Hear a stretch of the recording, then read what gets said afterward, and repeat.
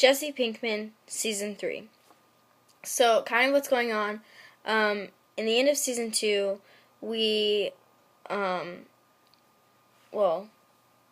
see Walt rescue Jesse from a crack house, and he puts him into the rehab clinic.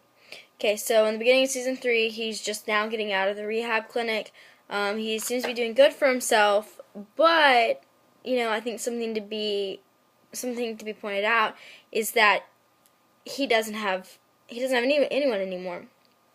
The only person that he has is Walt, but during the time that Jesse was in rehab, Walt has begun cooking meth full-time for Gustavo. So, he doesn't have, friends or people to hang out with or anything like that. So then what starts to go on is Hank is putting all of his effort, his energy into catching Jesse and all these things like that. And, we see him again, just like always, end up in the hospital because of being beaten up by Hank. But essentially, why does he get beaten up by Hank? Because of Walt. Because of the very beginning, he brought Jesse into this mess.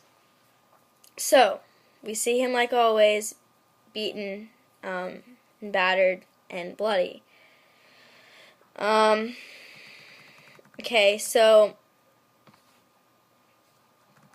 then after that, he goes back to Wendy, who is, the prostitute, crack whore, whatever you want to call her. I don't know. So that's kind of a reoccurring thing. Then after all that mess, he starts going to his Narcotic Anonymous meetings and meets Andrea. Tries to sell meth to her. He tries to sell meth to everyone, but especially to her. Then he finds out that she has a son, and he's like, "How could you do that? I don't understand how you can be."